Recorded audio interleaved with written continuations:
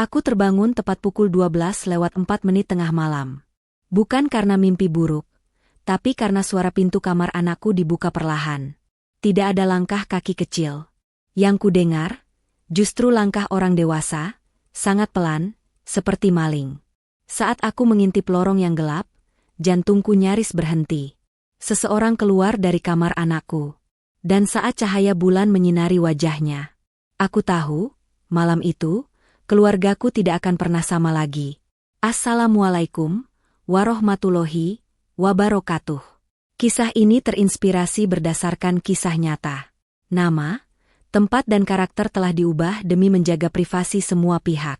Segala bentuk kesamaan dan kejadian sebenarnya hanya kebetulan semata. Tonton sampai selesai karena sangat menguras emosi. Jangan lupa juga tekan tombol like dan subscribe. Baiklah, begini ceritanya. Aku terbangun dari tidurku, merasakan haus yang mencekat. Jam digital menunjukkan pukul 12:04 tengah malam. Edi tidur mendengkur pelan di sampingku. Aku baru saja akan bangkit untuk mengambil air minum ketika sebuah suara menghentikanku. Krek. Itu suara pintu kamar Rara. Putriku memiliki kebiasaan tidur dengan pintu yang sedikit terbuka. Jantungku mulai berdebar. Apakah Rara terbangun? Aku menahan napas, menajamkan telinga. Tidak ada suara langkah kaki kecil Rara, hanya hening. Lalu aku mendengar suara langkah kaki orang dewasa, sangat pelan, berjingkat.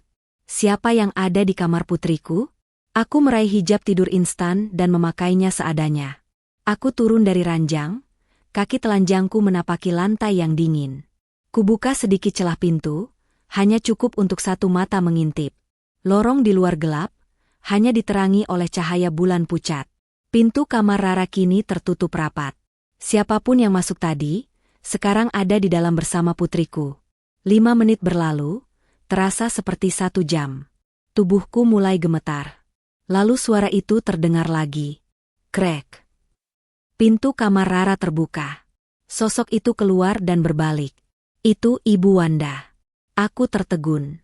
Untuk apa ibu mertuaku masuk ke kamar Rara selarut ini dan berjingkat-jingkat seperti maling? Saat dia berjalan menuju kamarnya, dia melewati jendela besar di ujung lorong. Cahaya bulan menyiram wajahnya dengan jelas. Aku terkesiap. Wajah Ibu Wanda pucat pasi seperti kertas. Keringat dingin mengkilap di dahi dan pelipisnya. Matanya terbelalak ngeri, menatap lurus ke depan seolah baru saja melihat hantu. Tangannya gemetar hebat. Itu adalah ekspresi ketakutan yang murni. Aku menyipitkan mata. Ada sesuatu yang dia genggam erat di tangan kanannya. Secari kertas yang tampak kaku, seperti kertas gambar milik Rara. Ibu Wanda buru-buru masuk ke kamarnya sendiri dan menutup pintu. Malam itu aku tidak kembali tidur.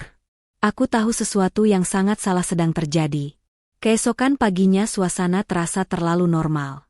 Setelah Edi berangkat kerja dan Rara siap diantar sekolah, aku menghampiri Ibu Wanda yang sedang mencuci piring. Bu, panggilku pelan. Semalam Sinta terbangun. Sinta lihat ibu keluar dari kamar Rara. Senyum di wajah Ibu Wanda membeku sesaat, ada kilat panik di matanya, tapi dia cepat menguasai diri. Oh, itu ya ampun, Sinta. Maaf kalau ibu bikin kamu takut. Ibu cuma mau menyelimutinya, takut dia kedinginan. Aku tidak puas. Ibu terlihat sangat pucat semalam. Dia tertawa keras, itu mungkin cuma karena cahaya bulan. Ibu ini kan sudah tua. Aku memaksanya lagi. Lalu kertas yang ibu pegang. Gerakan tangannya terhenti. Kertas? Itu kertas resep. Sin. Resep bolu kukus. Mungkin jatuh saat ibu menyelimuti Rara. Jawabannya rapi, terlalu rapi. Aku tahu dia bohong, tapi aku tidak punya bukti. Aku memutuskan untuk mundur sementara, tapi kecurigaanku sudah memuncak. Siang itu, setelah Edi mengabaikan kecurigaanku dan Rara memastikan dia tidak tahu apa-apa tentang kunjungan neneknya, aku mengambil keputusan. Aku mencari buku gambar Rara. Aku ingat Rara sering mengeluh bukunya cepat habis. Aku mencarinya di kamar Rara, tidak ada. Panik mulai menjalar. Aku berlari ke taman belakang, menuju komposter. Di sebelah komposter ada kantong sampah hitam besar. Tanganku gemetar saat membukanya. Bau sisa makanan yang asam langsung menusuk hidung. Di sanalah, di dasar kantong, terbenam di antara kulit jeruk, aku menemukan buku gambar Rara. Sampulnya kotor, basah. Beberapa halaman di bagian tengah telah disobek keluar paksa. Ibu mertuaku tidak hanya masuk ke kamar Rara, dia mencuri gambar-gambar putriku. Kemarahan dan ketakutan bercampur aduk. Aku harus punya bukti tak terbantahkan. Malam ini juga, aku akan pasang CCTV. Pagi itu, saat Ibu Wanda pergi pengajian, aku memacu mobilku ke kota dan membeli 2 kamera nirkabel mini seukuran dadu.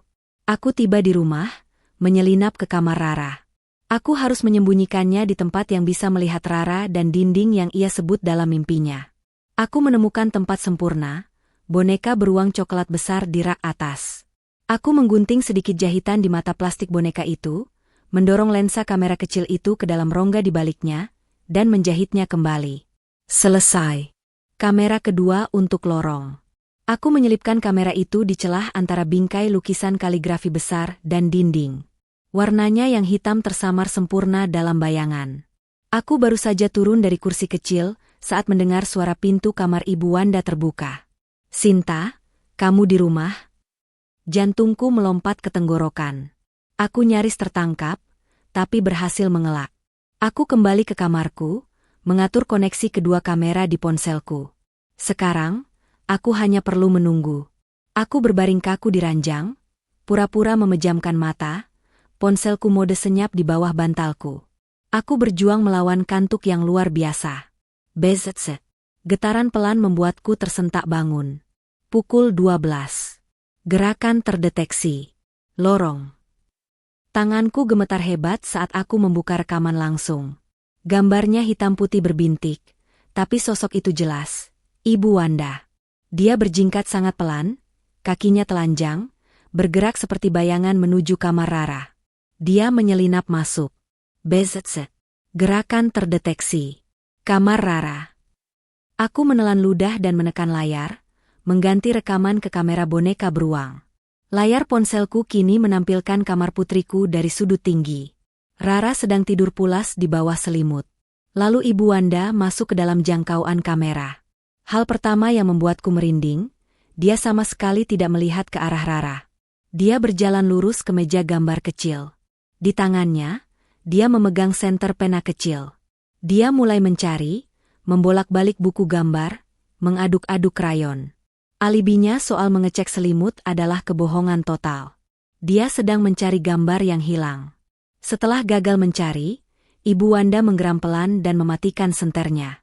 Dia berdiri diam, lalu berbalik. Dia berjalan perlahan ke tengah ruangan, di depan dinding polos yang Rara sebut dalam mimpinya. Ibu Wanda menyalakan senternya lagi, menyorotkannya ke dinding. Lalu dia mulai mengetuk. Tuh, pelan tapi ritmis. Dia sedang menyunting dinding, mencari tahu apakah ada ruang kosong di baliknya. Aku menonton dengan ngeri. Tiba-tiba, di latar belakang rekaman, gundukan selimut itu bergerak. Rara duduk. Dia duduk tegak, kaku seperti ditarik oleh tali yang tak terlihat. Matanya terbuka lebar, terlihat kosong, putih. Ibu Wanda yang masih sibuk mengetuk dinding tidak menyadarinya. Dia memukul dinding itu pelan dengan telapak tangannya. Sialan, desisnya. Lalu suara itu datang. Suara itu keluar dari speaker ponselku membuatku terlonjak kaget. Jangan sentuh gambar-gambarku. Itu suara yang dalam, serak, dan penuh amarah. Suara seorang lelaki tua. Ibu Wanda membeku. Dia berbalik sangat pelan. Putriku yang berusia 7 tahun duduk tegak di tempat tidurnya. Matanya yang kosong menatap lurus ke arah neneknya. Itu bukan untukmu. Suara kakek, aku mengenalinya, keluar dari mulut Rara. Ibu Wanda mengeluarkan suara tercekik. Dia mulai berjalan mundur. Pergi. Suara kakek menggelegar di kamar yang sunyi. Atau kau akan menyesal. Ibu Wanda menjerit. Bukan jeritan pelan, tapi jeritan melengking penuh teror. Dia berbalik, tersandung, jatuh tersungkur. Dia merangkak, bangkit, dan berlari keluar kamar. Dia membanting pintu kamar Rara hingga tertutup. Di layar, sama cepatnya seperti dia duduk, Rara kembali berbaring, menarik selimutnya, dan kembali tidur. Seolah tidak ada satu hal pun yang terjadi. Aku menyimpan rekaman itu. Aku memutarnya lagi. Suara kakek keluar dari mulut Rara. Aku akhirnya mengerti. Ibu Wanda takut pada almarhum suaminya. Almarhum kakek entah bagaimana menggunakan Rara untuk melindungi sesuatu yang tersembunyi di balik dinding itu. Aku bergegas ke lemariku dan menarik keluar buku gambar Rara yang kotor. Aku membukanya lembar demi lembar. Lalu aku menemukannya. Gambar pertama adalah denah sederhana lantai atas rumah, digambar dengan krayon. Di kotak kamar Rara ada satu dinding yang diarsir tebal, dengan tanda X besar berwarna merah di tengahnya. Ini petanya. Halaman berikutnya dipenuhi coretan angka, 2205-88. Tanggal lahir Rara, 22 Mei, dan 2 angka misterius. Semuanya berhubungan. Kakek menyembunyikan brankas di balik dinding itu, dan kodenya adalah rahasia antara dia dan Rara. Dan Ibu Wanda, setelah gagal mendapatkan kode itu, tidak akan berhenti. Aku menelepon kantor Edi. Suaraku sengaja dibuat panik. Mas Edi, kamu harus pulang sekarang. Ini ibu. Cepat pulang, aku takut. 30 menit kemudian, Edi tiba. Sinta, ada apa? Ibu, kenapa dia? Aku menariknya masuk kamar dan mengunci pintu. Duduk, Mas. Dan tolong demi putri kita, dengarkan aku sampai selesai. Aku mengambil ponselku. Aku tidak akan bicara. Aku akan tunjukkan padamu. Aku memutar rekaman kedua, rekaman dari mata boneka beruang. Wajah Edi mengeras. Kamu pasang CCTV untuk memata-matai ibuku? Jangan potong, Mas. Tonton saja. Edi menonton dalam diam. Matanya melebar saat melihat ibunya menggeledah meja dan mengetuk dinding. Lalu Rara duduk, kaku. Suara kakek yang serak memenuhi ruangan. Jangan sentuh gambar-gambarku. Edi melompat dari tempat tidur seolah disengat listrik. Apa itu? Apa-apaan itu? Wajahnya pucat pasi. Dia melihat hantu. Itu suara ayahmu, Mas, kataku pelan. Tidak, tidak mungkin. Ini editan. Kamu pikir aku bisa melakukan ini? Teriakku. Aku melemparkan buku gambar Rara yang sobek ke atas tempat tidur. Edi terdengar lemas. Ayah, Rara, ya Tuhan. Dia akhirnya percaya. Dia memegang kepalanya, putus asa. Apa yang harus kita lakukan? Malam itu, kami membawa Rara tidur di kamar kami dan mengunci pintunya.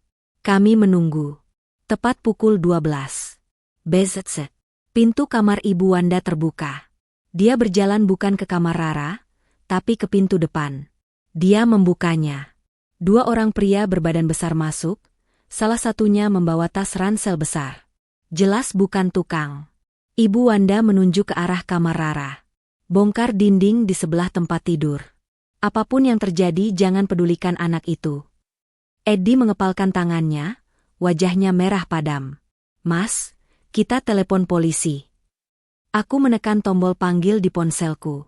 Gerakan terdeteksi, kamar Rara. Mereka masuk. Ya Tuhan. Edi bangkit. Sinta jaga Rara. Kunci pintu ini. Jangan keluar apapun yang terjadi. Mas, kamu mau kemana? Menemui ibuku. Dia membuka kunci pintu dan melangkah keluar ke lorong. Aku mengabaikan perintahnya, berdiri di celah pintu. Di lorong, Ibu Wanda melompat kaget melihat Edi. Apa yang ibu lakukan? Ibu ini cuma tukang. Tukang tengah malam membawa linggis. Tawa Edi kering. Tiba-tiba, krah. Suara keras menghantam dinding dari dalam kamar Rara. Jangan sentuh. Raungan itu begitu keras, begitu penuh amarah hingga dinding lorong terasa bergetar. Itu suara kakek, murni kemarahan. Edi membeku di depan pintu. Kami mendengar suara-suara dari dalam. Astaga, apa itu? Cuma anak kecil bodoh. Lalu, krak, suara hantaman linggis lagi. Kemudian yang terjadi selanjutnya akan menghantuiku. Raungan kedua, jeritan amarah yang tidak manusiawi. Dan kemudian, Brak. Suara dentuman yang memekakkan telinga. Suara kayu pecah, seluruh lantai rumah bergetar. Pintu kamar Rara didobrak terbuka dari dalam. Kedua preman itu berlari keluar. Yang satu pincang, yang satu lagi wajahnya penuh debu dan ketakutan. Setan. Rumah ini ada setannya. Gila. Perjanjian batal, Bu. Mereka lari tunggang langlang. Lorong itu kembali hening, menyisakan debu yang mengepul. Eddie masih berdiri kaku di ambang pintu, menatap ke dalam ruangan yang hancur. Lemari buku telah roboh, tepat di tempat kedua preman itu tadi berdiri. Rara duduk di tempat tidurnya, matanya kosong. Ibu Wanda, melihat rencananya hancur, tidak lagi takut. Dia kalap. Ini semua gara-gara kamu, desisnya pada Rara. Dia menyerbu masuk dan mencengkeram bahu Rara. Di mana kodenya? Angka berapa? Beritahu nenek sekarang, anak sial. Melihat putrinya diguncang kasar, raungan Eddie lebih keras daripada suara lemari yang jatuh.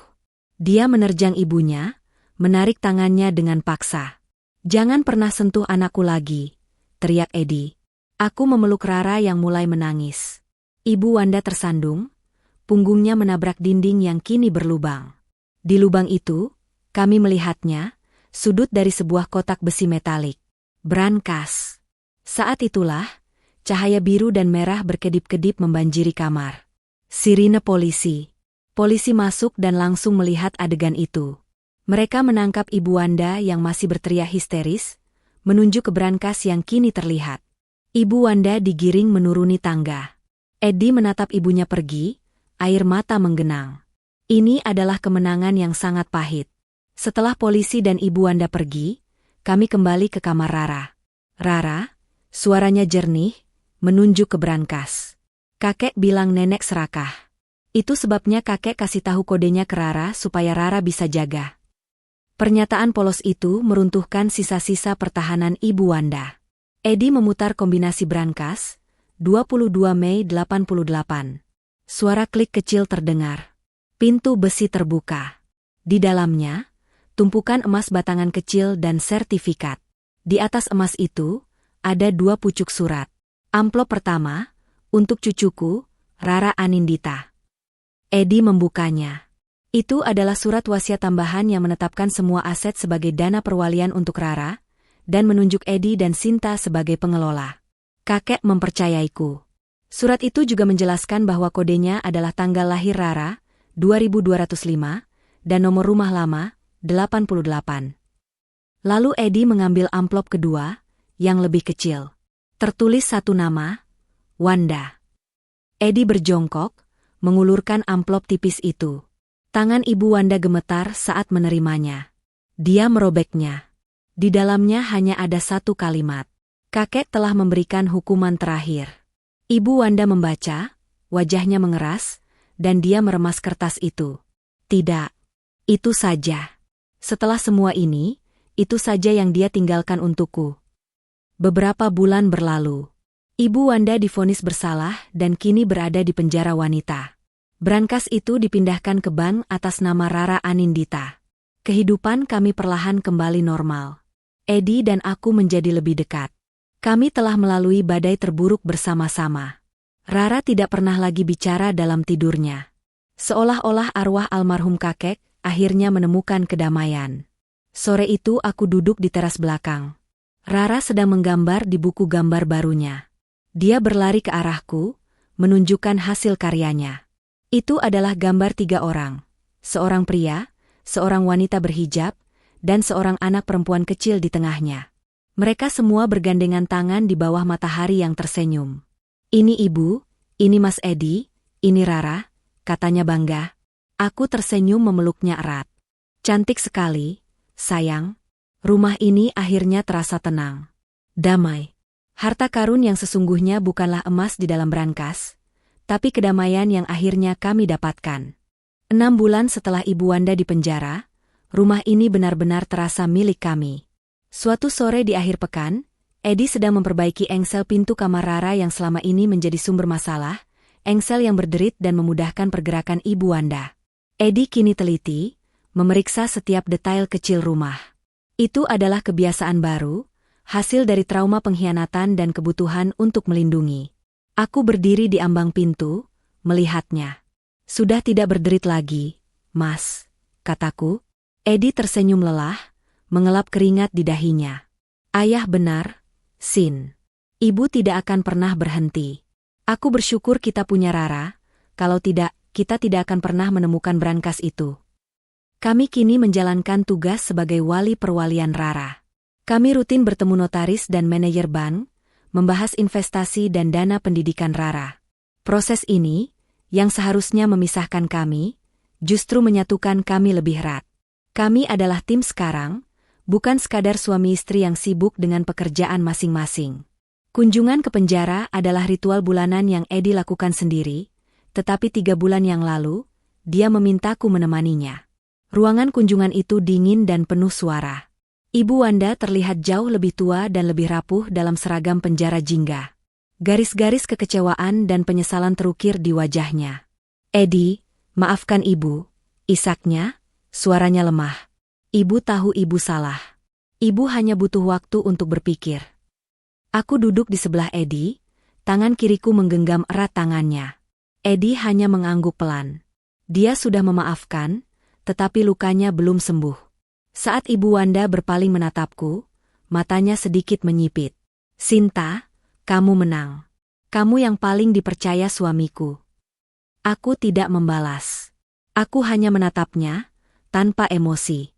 Aku tahu penyesalan itu nyata, tetapi kepercayaan yang dihancurkan demi keserakahan tidak bisa dibangun kembali dalam semalam. Eddie dan aku tahu bahwa kami harus tetap waspada, bahkan ketika kami berusaha memaafkan. Aku sedang membacakan Rara cerita pengantar tidur di kamarnya yang kini berwarna merah muda cerah. Setelah kisah dongeng selesai, Rara memelukku. Ibu, bisiknya, suaranya sangat kecil. Kakek sudah benar-benar pergi, kan? Pertanyaan itu, yang datang setelah berbulan-bulan hening, membuatku tercekat. Aku mengusap punggungnya. Iya, sayang. Kakek sudah tenang. Dia sudah tahu Rara aman, jadi dia tidak perlu datang lagi. Rara berpikir sejenak. Apakah kakek memaafkan nenek, Bu? Pertanyaan ini lebih sulit. Aku merenung. Bagaimana menjelaskan keadilan ilahi dan batas pengampunan kepada anak 7 tahun? Kakek memilih untuk melindungi Rara. Itu adalah caranya menunjukkan cinta. Sayang, jelasku lembut. Nenek melakukan kesalahan besar, dan dia menerima konsekuensinya. Tugas kita sekarang adalah memaafkan, Rara. Tapi tugas kita juga adalah mengingat, agar kita tidak mengulang kesalahan yang sama. Rara mengangguk, tampak puas. Dia memejamkan mata, memegang erat tangan kecilku. Meskipun rumah ini damai, aku tahu kami masih harus terus menyembuhkan luka batin yang ditinggalkan oleh warisan kakek dan keserakahan nenek. Sudah setahun lebih. Hidup kami terasa stabil. Namun, tugas mengelola dana perwalian Rara menuntut kami untuk terus berhadapan dengan masa lalu kakek. Kami berada di kantor notaris di pusat kota, duduk berhadapan dengan Bapak Wibowo yang ramah, sedang meninjau sertifikat properti lama yang ditemukan di brankas. Salah satu sertifikat itu adalah rumah tua kakek yang bernomor 88. Saat kami meninjau dokumen properti, Bapak Wibowo berkata, "Menarik sekali, Tuan Eddie. Hampir seluruh aset ini dijual pada tahun 2016, hanya 6 bulan sebelum almarhum meninggal. Hanya rumah tua dan aset-aset di brankas ini yang tersisa." Eddie mengerutkan kening. Dijual? Tapi kakek selalu bilang dia kesulitan finansial. Bapak Wibowo menunjukkan slip transfer bank lama. Daftar penerima uangnya, semua atas nama Ibu Wanda, Tuan. Ini adalah bukti dari serangkaian transaksi besar yang mengalir ke rekeningnya. Wajah Eddie memucat. Kakek tidak hanya melindungi, kakek sudah mengantisipasi kehancuran finansial keluarga akibat ulah Ibu Wanda, dan dia diam-diam menjual hampir semua hartanya untuk melunasi utang judi Wanda. Kakek telah membayar 2 kali, pertama dengan uangnya, dan kedua dengan harta Rara yang disembunyikan. Kepercayaan Eddie pada ibunya, yang sempat mencoba tumbuh kembali, hancur lagi.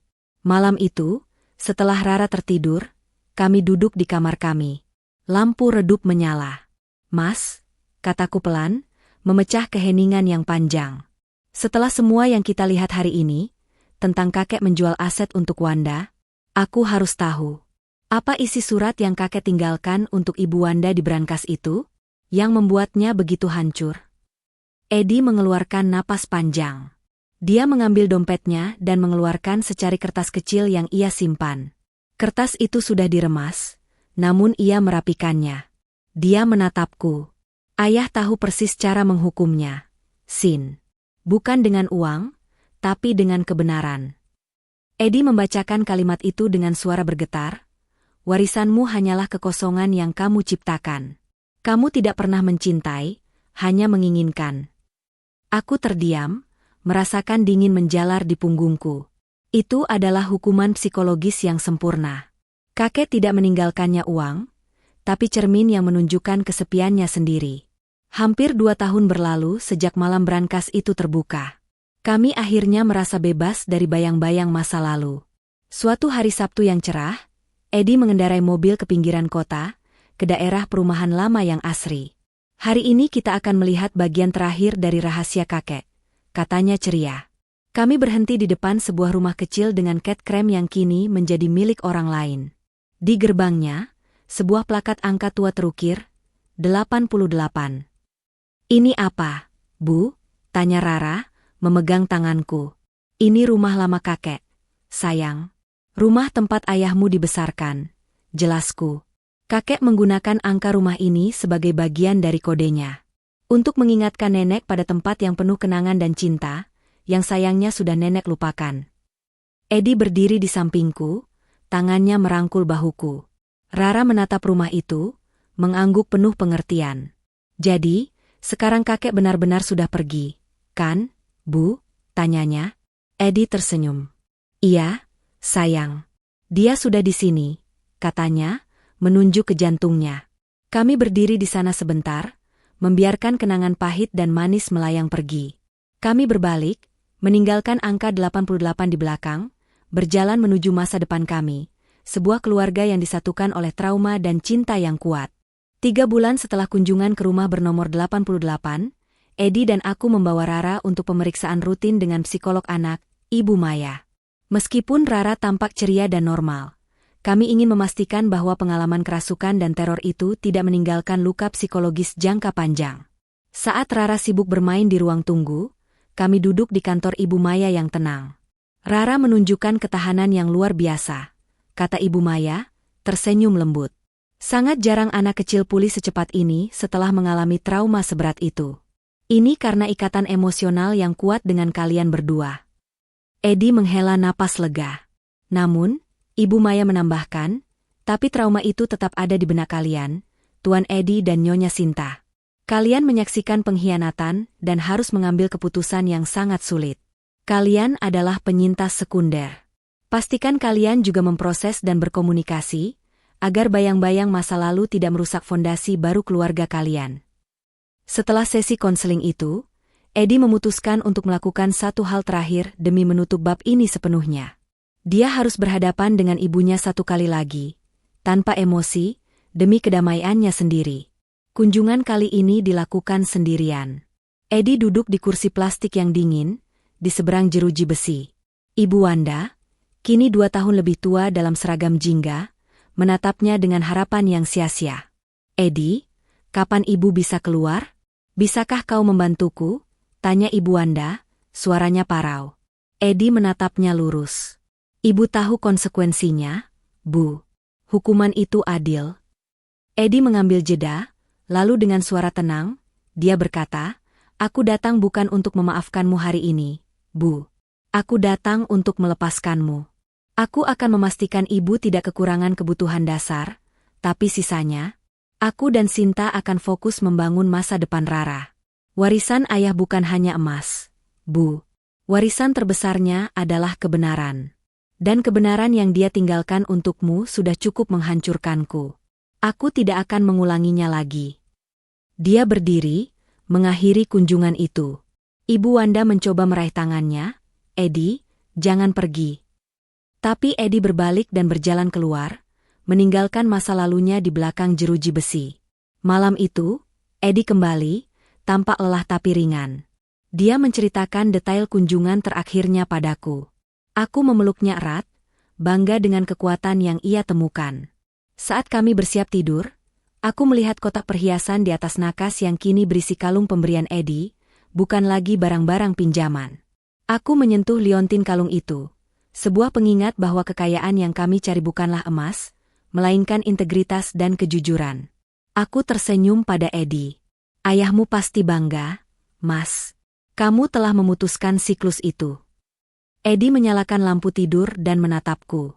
Kita telah memutuskannya, Sin. Bersama-sama. Ayah mempercayaimu. Dan dia benar. Tanpa kamu, aku mungkin akan hancur oleh kebohongan itu selamanya. Kami tidur, bukan dalam ketakutan menunggu pintu berderit, melainkan dalam kedamaian yang kami perjuangkan. Kami adalah benteng yang disatukan oleh trauma, melindungi harta karun kami, Rara dan masa depan yang damai. 3 tahun berlalu. Rara kini berusia 10 tahun, tumbuh menjadi anak yang cerdas dan ceria. Kedamaian telah berakar di rumah kami. Namun, Eddie dan aku menyadari bahwa warisan kakek bukan hanya tentang uang, tetapi tentang tanggung jawab besar. Kami duduk di ruang rapat bank swasta gemilang, menghadapi manajer investasi Tuan Pramono yang mengenakan setelan mahal. Di meja terbentang laporan triwulanan dana perwalian Rara. Eddie, kini lebih percaya diri dan tegas, memimpin diskusi. Kami setuju dengan usulan rebalancing portofolio ke saham teknologi yang lebih stabil, Tuan Pramono, katanya, menoleh padaku untuk memastikan persetujuan. Aku mengangguk, menyisipkan beberapa pertanyaan teknis tentang risiko mata uang asing. Tuan Pramono tampak terkesan. Keputusan yang sangat bijak, Nyonya Sinta.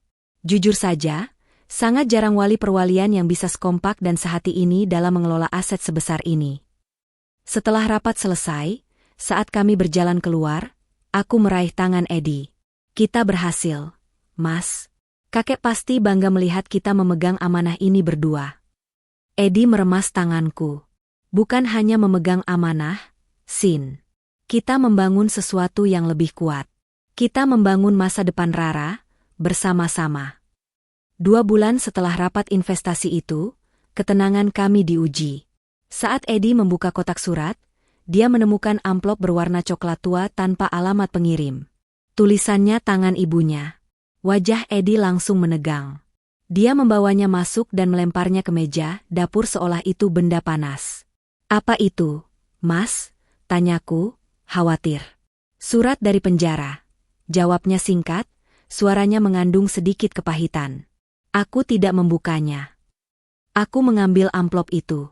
Surat itu tipis, hanya berisi 1 lembar kertas. Sinta, tolong bacakan. Aku tidak mau tahu apa isinya, tapi kita perlu tahu apakah ini ancaman. Aku merobeknya. Isinya adalah tulisan tangan Ibu Wanda yang meminta maaf panjang lebar, mengakui kesalahannya, dan memohon untuk diizinkan mengirim hadiah ulang tahun untuk Rara. Eddie mendengus. Dia mencoba menggunakan Rara lagi. Aku tidak berpikir ini ancaman, Mas, kataku. Ini adalah permintaan dari seorang ibu yang putus asa, yang tahu satu-satunya jalan kembali ke hidupmu adalah melalui Rara. Tapi kita tidak akan membiarkan itu terjadi. Kami memutuskan untuk menolak permintaan hadiah itu, tetapi aku menyimpan surat permohonan maafnya. Ini bukan untuk mengancam kami. Ini adalah pengingat bahwa bahkan dalam kekalahan total, Wanda masih mencari celah emosional.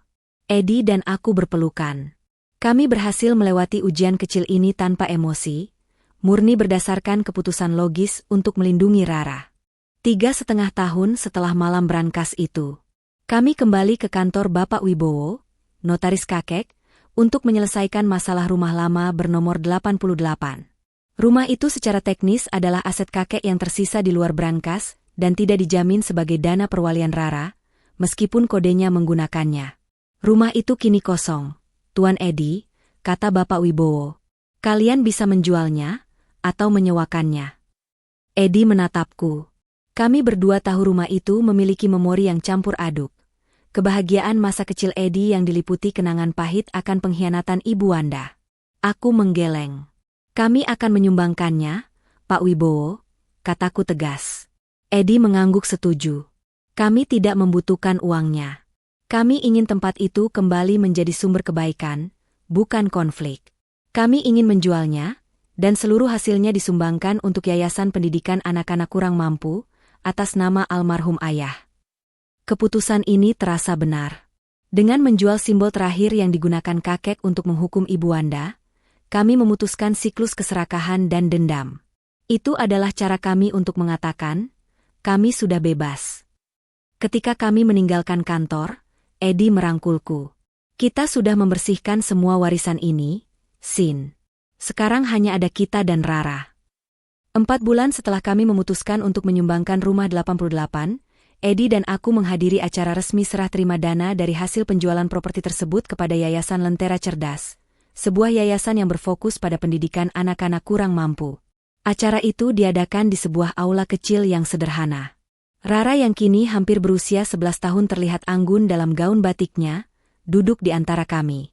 Ini adalah momen yang penting, bukan hanya sebagai penutup babak warisan kakek, tetapi juga sebagai pelajaran hidup yang nyata bagi Rara. Saat giliran kami dipanggil ke atas panggung, Eddie berbicara singkat tentang warisan kakek yang kini telah berubah wujud, dari sumber konflik menjadi harapan baru bagi banyak anak. Lalu Rara dipersilakan menyerahkan cek simbolis berukuran besar. Saat Rara menyerahkan cek itu kepada kepala yayasan, dia tersenyum tulus. Aku berdiri di sampingnya, melihat bagaimana dia melepaskan simbol terakhir konflik keluarga ini dengan penuh kerelaan dan kedewasaan. Setelah acara selesai, Rara memelukku. "Bu, kakek pasti senang," bisiknya. "Uang kakek sekarang bisa membantu banyak teman." Aku memeluknya erat, merasakan kebanggaan yang meluap. Eddie merangkul kami berdua, tatapannya penuh cinta. Kami telah berhasil mengubah warisan keserakahan menjadi warisan kebajikan. Setahun berlalu lagi, Rara kini sudah 12 tahun. Dia semakin dewasa dan semakin ingin tahu. Suatu sore, aku masuk ke kamar kami dan menemukan Rara duduk di kursi belajar Eddie. Dia memegang sesuatu di tangannya, secari kertas kecil yang kusut, yang telah dirapikan Eddie dan diselipkan kembali di balik foto di dompetnya. Itu adalah surat yang kakek tinggalkan untuk Ibu Wanda di brankas. "Warisanmu hanyalah kekosongan yang kamu ciptakan. Kamu tidak pernah mencintai, hanya menginginkan." Rara menoleh saat aku masuk. Matanya yang gelap memandangku dengan serius. "Ibu?" tanyanya, suaranya pelan. "Ayah tidak sengaja menjatuhkan ini tadi. Ini tulisan tangan kakek, kan? Apa artinya? Kenapa kakek bilang nenek tidak pernah mencintai? Bukankah nenek sangat menyayangi ayah?" Aku duduk di sebelahnya, menarik napas dalam-dalam. Aku tidak bisa berbohong lagi padanya. Itu adalah kebenaran yang pahit, sayang. Kakek menulisnya karena nenek telah membuat pilihan yang salah berkali-kali, mengutamakan harta di atas keluarga. Kakek sangat marah, dan dia memilih untuk menghukum nenek dengan kata-kata yang paling jujur, untuk menunjukkan kesalahannya. Rara menatap kertas itu lagi, wajahnya menunjukkan pemahaman yang mendalam. "Berarti, kakek juga sangat kesepian ya, Bu, karena merasa tidak dicintai oleh nenek?" Pertanyaan itu menusuk, menunjukkan bahwa Rara telah tumbuh melampaui trauma menjadi empati. Aku menyentuh bahunya. "Iya, sayang. Keserakahan bisa membuat seseorang sangat kesepian. Kita harus selalu ingat itu, dan selalu jujur pada hati kita." Malam itu, setelah Rara tidur, Eddie dan aku berdiri di ambang pintu kamar Rara. Dinding yang dulu berlubang karena hantaman linggis dan robohnya lemari kini mulus, dicat ulang dengan sempurna. Kami berbicara tentang Rara yang kini sudah bisa memproses kebenaran yang kejam tentang neneknya. "Dia kuat, Sin," kata Eddie, memeluk bahuku. "Dia dapat kekuatan itu dari kamu, dari keberanianmu memasang CCTV." Aku menyandarkan kepalaku di bahunya. "Kita berdua, Mas. Kita berdua yang memberikannya." Eddie menatap dinding yang polos itu.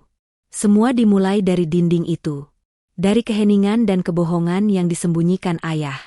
Dulu kita adalah suami istri yang sibuk dengan urusan masing-masing, terlalu sopan untuk menanyakan hal-hal yang menyakitkan.